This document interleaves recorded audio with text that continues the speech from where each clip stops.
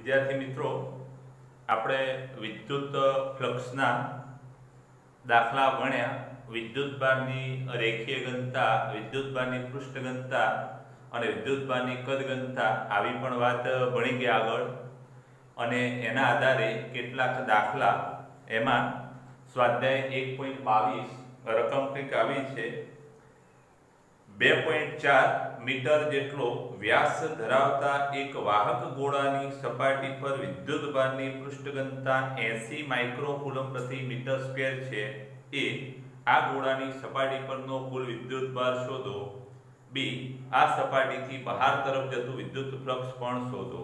તો આવી વાત આપણને આપેલી છે કે એક ગોળો છે કે જેનો વ્યાસ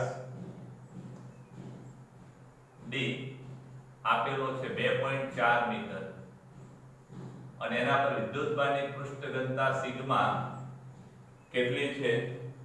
80 માઇક્રોકુલમ પ્રતિ મીટર સ્ક્વેર આટલું આપેલું છે. આના પરથી એના પર કેટલો વિદ્યુતભાર છે એ શોધવાનું છે. અને બી,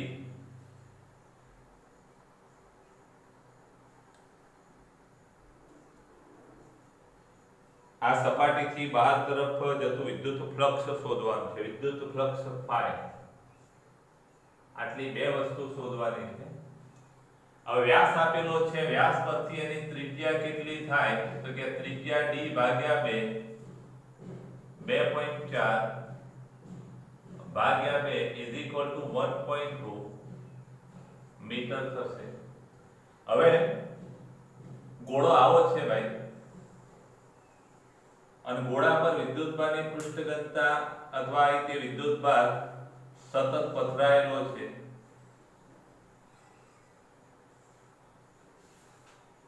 અને આ ગોળા પર વિદ્યુતભારની પૃષ્ઠ ઘનતા સિગ્મા છે. આપણે એવું ભણી ગયા કે વિદ્યુતભારની પૃષ્ઠ ઘનતા બરાબર વિદ્યુતભાર ભાગ્યા ક્ષેત્રફળ. એકમ ક્ષેત્રફળમાં રહેલા વિદ્યુતભારને વિદ્યુતભારની પૃષ્ઠ ઘનતા કહેવાય. એટલે એ સૂત્રનો આપણે ઉપયોગ કરીએ તો સિગ્મા બરાબર q ભાગ્યા a, અને માટે વિદ્યુતભાર q બરાબર સિગ્મા ગુણ્યા a. q ને સૂત્રનો કરતા બનાવીએ એટલે સિગ્મા a જમણી બાજુ આવશે અંશમાં. માટે વિદ્યુતભાર q બરાબર સિગ્મા a. એ આ ગોળા પર છે અને ગોળામાંનું ક્ષેત્રફળ એટલે 4 પાઈ r². ધોરણ 10 માં તમે ભણીને આવેલા છો.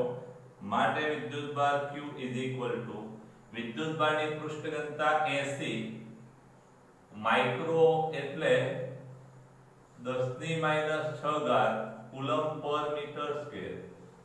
એટલે વિદ્યુતભારની પૃષ્ઠ ઘનતા 80 માઇક્રો છે એટલે -6 ગુણ્યા 4, પાઈ ની કિંમત 3.14 અને ત્રિજ્યા કેટલી છે? r બરાબર 1.2 એનો વર્ગ.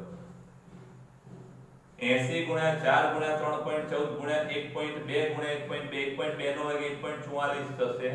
એ કરતા આપણો જવાબ આવશે 144.6 ગુણ્યા 10⁻⁶. 80 ગુણ્યા 4 ગુણ્યા આટલા ગુણ્યા આટલા અને ગુણ્યા. હવે 1 2 ને 3 પોઈન્ટ ડાબી બાજુ ખસેડીએ તો 1.4469 ગુણ્યા 10⁻⁻1 2 3 3 બાર થશે એટલે -3. એટલે આને આપણે આમ કહી શકીએ 1.46 દશાંકીને આપણે 2 અંક સુધી રાઉન્ડ ઓફ કરીએ તો 6 દૂર કરીએ તો 4 ના 5 થશે. 1.45 ગુણ્યા 10⁻³ આટલા કુલમ વિદ્યુતભાર થાય. હવે બીજી વસ્તુ કે કુલ ફ્લક્સ. તો ફ્લક્સ માટે આપણે આવું ભણી ગયા. ગોસનો નિયમ ફ્લક્સ ફાઈ બરાબર q ભાગ્યા ε0 અને માટે ફાઈ ઇઝ ઇક્વલ ટુ વિદ્યુતભાર 1.45 ગુણ્યા 10⁻³ છેદમાં ε0. ε0 ની કિંમત આપણે 8.85 લઈએ છીએ ગુણ્યા 10⁻12 ક્યાંક ચોપડીમાં 8.85 ની જગ્યાએ 8.85 4 પણ આપેલા હોય છે, એટલે 8.85 4 લઈએ તો પણ ચાલે. એટલે કિંમત તમારે આ ભાગાકાર કરશો 1.45 ભાગ્યા 8.85 એટલે તમારો જવાબ આવશે 0.1638 ગુણ્યા 10 ની 12 ઉપર જશે +12 - 3 એટલે કે 9 એટલે માટે phi = 1.6 8 દૂર કરીએ તો 3 ના 4 થશે એટલે 1.64 ગુણ્યા 10 ની દશાંશચિહ્ન ડાબી બાજુ ખસેડ્યું એટલે 9 ના 8 થઈ જશે. વિદ્યુત ફ્લક્સનો એકમ ન્યૂટન * મીટર સ્ક્વેર પ્રતિ કુલમ આટલું ફ્લક્સ થશે. સ્ક્રીનશોટ લઈ લેજો. આ જે સૂત્ર ખરું આ સૂત્રનો ઉપયોગ કરી ગણવાનો છે માટે આ મૂક્યું છે, એટલે આને તમારે મૂકવાની જરૂર નથી. સ્ક્રીનશોટ લઈ લેજો. એના પછીનો દાખલો સ્વાધ્યાય 1.23. 1.23 માં રકમ આવી છે ચોપડીમાં કે એક અનંત લંબાઈનો રેખીય વિદ્યુતભાર 2 સેન્ટીમીટર અંતરે 9 × 10⁴ ન્યૂટન પ્રતિ કુલમ વિદ્યુત ક્ષેત્ર ઉત્પન્ન કરે છે. રેખીય વિદ્યુતભાર ઘનતા ગણો. તો આવી વાત છે કે એક અનંત લંબાઈનો તાર હશે કે જેના પર વિદ્યુતભારની રેખીય ઘનતા આવો અનંત લંબાઈનો તાર છે કે જેના પર વિદ્યુતભારની રેખીય ઘનતા લેમ્બડા છે અને આવા તારથી 2 સેન્ટીમીટર અંતરે r = 2 સેન્ટીમીટર અને 2 સેન્ટીમીટર એટલે 0.02 મીટર. કાં તો આપણે આમ પણ લખી શકીએ 2 × 10⁻² મીટર. આટલા અંતરે વિદ્યુત ક્ષેત્ર આપણને આપેલું છે. વિદ્યુત ક્ષેત્રનું મૂલ્ય છે 9 × 10⁴ ન્યૂટન પ્રતિ કુલમ. તો આ લેમ્બડા આપણે શોધવાનો છે. અનંત લંબાઈના રેખીય વિદ્યુતભાર વિતરણના વિદ્યુત ક્ષેત્રનું સૂત્ર પહેલા આપણને ખબર હોવી જોઈએ કે 2k લેમ્બડા છેદમાં r. આવું સૂત્ર છે. આ સૂત્રનો ઉપયોગ કરી અને આપણે દાખલો ગણીશું. તો જરા જોઈએ, ડેટા બહાર કાઢીએ તો લેમ્બડા શોધવાનો છે. વિદ્યુત ક્ષેત્ર આપેલું છે 9 × 10⁴ અને કેટલા અંતરે તો કે 2 સેન્ટીમીટર અને 2 સેન્ટીમીટર એટલે 2 × 10⁻² મીટર. હવે વિદ્યુત ક્ષેત્રનું સૂત્ર આપણે મૂકી આવીએ તો કે વિદ્યુત ક્ષેત્ર E બરાબર શું થશે તો કે 2k લેમ્બડા છેદમાં r. આપણે શું શોધવાનું છે કે લેમ્બડા વિદ્યુતભારની રેખીય ઘનતાને સૂત્રનો કરતા બનાવે તો લેમ્બડા = E × r છેદમાં 2k.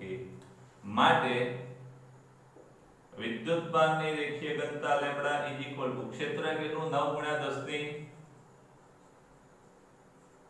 10⁴ અંતર કેટલું 2 × 10⁻² અને ભાગ્યા 2 અને કે 9 × 10 k નું મૂલ્ય આપણે કેટલું લઈએ છીએ વિદ્યુત કુલમનો અચળાંક 9 × 10 આ 9 ઉડી જશે 2 ઉડી જશે બાકી જે વધે તે માટે લેમ્બડા = 10⁹ ઉપર જશે -9 -9 ને -2 -11 -11 + 4 એટલે -7 થશે 10⁻⁷ કુલમ પર મીટર. આટલી વિદ્યુતભારની રેખીય ઘનતા થાય. આ બહુ ટૂંકો સરસ દાખલો છે, 2 માર્ક્સમાં આવે એવો. તમારે સ્ક્રીનશોટ લઈ લેવાનો. પરીક્ષામાં તમારે આટલું જ લખવાનું છે. આ એક્સ્ટ્રા સમજૂતી માટે દોરેલું છે, એટલે સ્ક્રીનશોટ તમે આનો લઈ લેજો. 1.23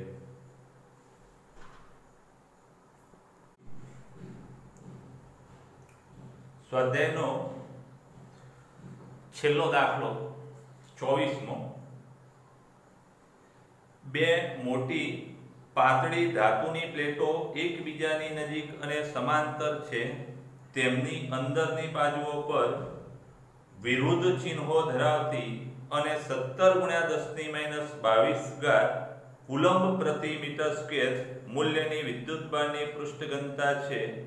પ્રથમ પ્લેટની બહારના વિસ્તારમાં B, બીજી પ્લેટની બહારના વિસ્તારમાં અને C, બંને પ્લેટોની વચ્ચેના વિસ્તારમાં વિદ્યુત ક્ષેત્ર E શોધો. તો અહીંયા વિદ્યુતભારની પૃષ્ઠ ઘનતા જે છે સિગ્મા, એ સિગ્માનું મૂલ્ય આપણને આપેલું છે 17 × 10⁻22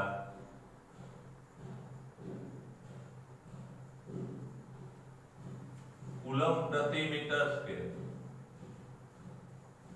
હવે આકૃતિમાં બે પ્લેટો દર્શાવેલી છે. એક પ્લેટ 1 અને બીજી પ્લેટ 2. એક પ્લેટ પર વિદ્યુતભારની પૃષ્ઠ ઘનતા પ્લસ સિગ્મા ધન અને બીજી પ્લેટ પર વિદ્યુતભારની પૃષ્ઠ ઘનતા માઈનસ સિગ્મા જે ઋણ છે.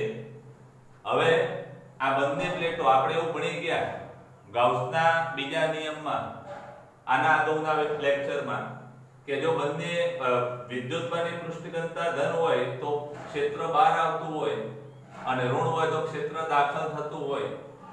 તો પ્લેટ 1 ની ડાબી બાજુએ આપણે A નામ આપીએ, બે પ્લેટોની વચ્ચે C નામ આપીએ અને બે પ્લેટની બહારના વિસ્તારને B નામ આપીએ. હવે આ વિભાગ પ્લેટ 1 ની બાજુ બહારનો વિભાગ A, પ્લેટ 2 ની બહારનો વિભાગ B અને બે પ્લેટોની વચ્ચેનો વિભાગ આપણે C કહીએ.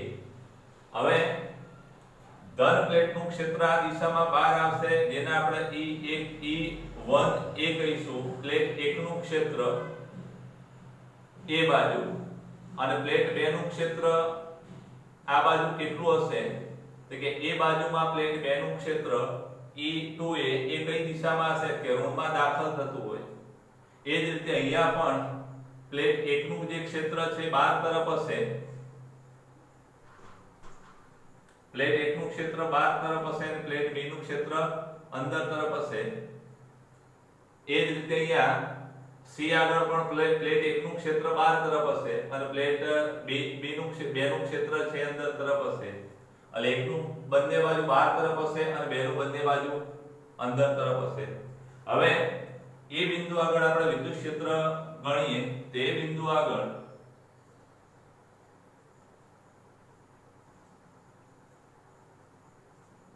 પ્લેટ 1 ની બહારના વિસ્તારમાં ડાબી બાજુએ વિદ્યુત ક્ષેત્ર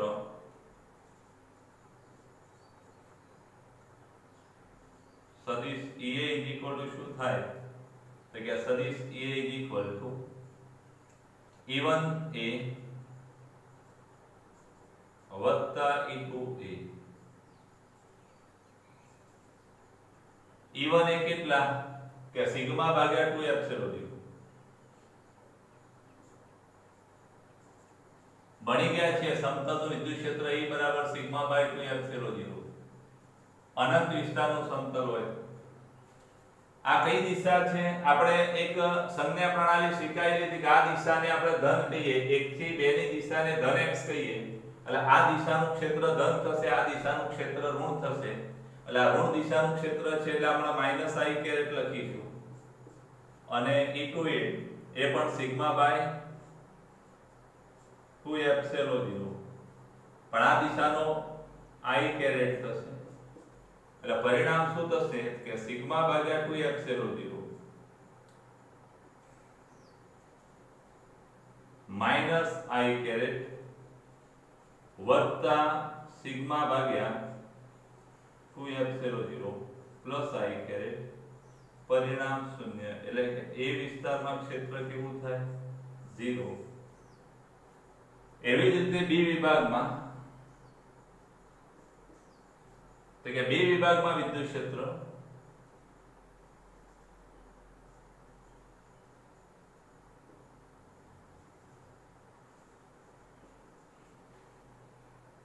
કેટલું? તો બે વિભાગમાં પરિણામી વિદ્યુત ક્ષેત્ર સદિશ EB is equal two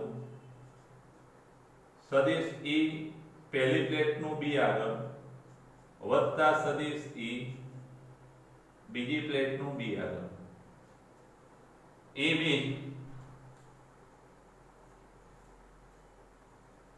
B આગળ. હવે અહીંયા E1B કેટલા? તો E1B સિગ્મા ભાગ્યા 2 એપ્સિલોન 0.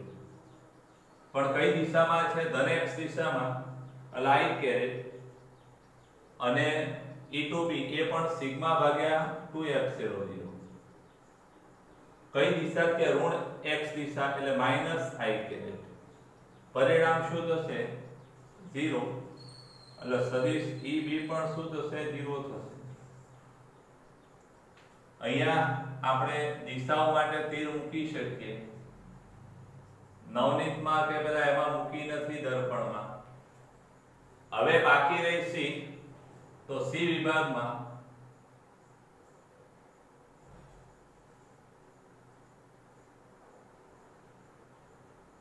વિદ્યુત ક્ષેત્ર EC is equal two E 1 ના લીધે C આગળ વત્તા વિદ્યુત ક્ષેત્ર E 2 ના લીધે C આગળ. E1C અને વત્તા E2C. E1C કેટલા? કે સિગ્મા બાય 2 એપ્સિલોન 0. કઈ દિશા? તો કે ધન x દિશા I કેરેટ વત્તા સિગ્મા બાય 2 એપ્સિલોન 0. એ પણ કઈ દિશા? તો કે ધન x દિશા I કેરેટ. એટલે is equal to sigma by 2 epsilon 0 વત્તા સિગ્મા બાય એટલે સિગ્મા વત્તા સિગ્મા છેદમાં 2 એપ્સિલોન 0 લસા થશે 2 સિગ્મા ભાગ્યા 2 એપ્સિલોન 0 I કેરેટ બે ઉડી જાય sigma by epsilon 0 I caret અને ઇઝ ઇક્વલ ટુ સિગ્મા વિદ્યુતભારની પૃષ્ઠ ઘનતા 17 ગુણ્યા 10 ની માઈનસ 22 ઘાત અને ભાગ્યા એપ્સિલોન 0 8.85 ગુણ્યા 10 ની માઈનસ 12 ઘાત. ભાગાકાર કરતા તમારો જવાબ EC ઇઝ ઇક્વલ ટુ અહીંયા I caret EC is equal 17 ભાગ્યા 8.85 17 ભાગ્યા 8.85 એટલે 1.92 થશે અને ગુણ્યા 10 ની કેટલી ઘાત? તો અહીંયા 22 માંથી 12 જાય એટલે -10 I કેરેટ ન્યૂટન પ્રતિ